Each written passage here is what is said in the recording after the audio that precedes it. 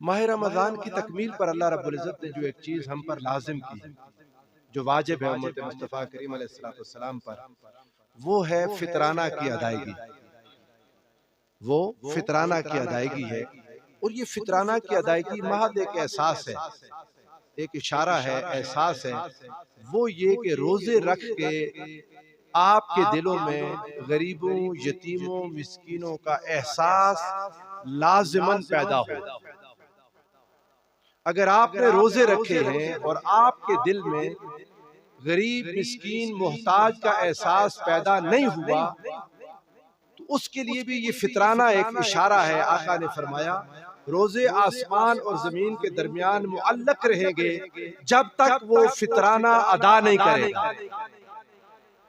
اب آپ حیران ہوں گے 30 روزے ہیں، 30 روزوں کے بعد ان کو اللہ رب العزت تک پہنچانے کے لیے 300، 350، 350 روپے، یا اگر کوئی اس کشمش کے لحاظ سے یا کھجور کے لحاظ سے زیادہ 4500، 5000، 6500، 7000 بھی دے دے، تو کیا صرف اس 7000 کے پیچھے وہ اللہ رب العزت روزوں کو روک رہا ہے اور قبول کر رہا ہے؟ بات تو ایک ہے نا کہ صرف 300 روپے اگر نہ دے تو روزے معلق رہ جائیں آسمان اور زمین کے درمیان۔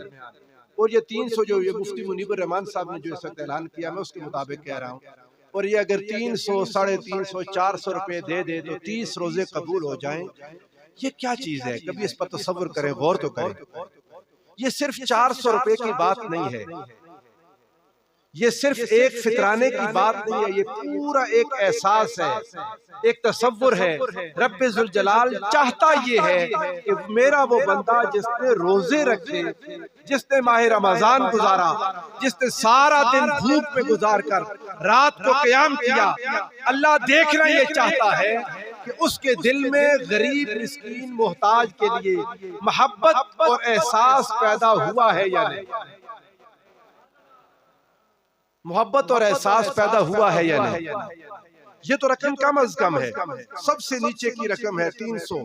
اگر اس غریب کی ضرورت زیادہ ہے تو آپ اس کی زیادہ مدد کریں، آپ اس غریب کو غربت سے باہر نکالیں، آپ اس غریب کو پریشان حال کو پریشانی سے باہر نکالیں، آپ غریب کو اپنے ساتھ خوشی میں شامل کریں۔ بنیادی مقصد یہ ہے، ذرا تصور کیجئے گا، بنیادی مقصد کیا ہے؟ معاشرے کے ہر فرد کو پریشانی سے نکال کر اپنے ساتھ خوشی میں شامل کریں، ہر فرد کو پریشانی سے نکال کر اپنے ساتھ خوشی میں بولیے شامل کریں۔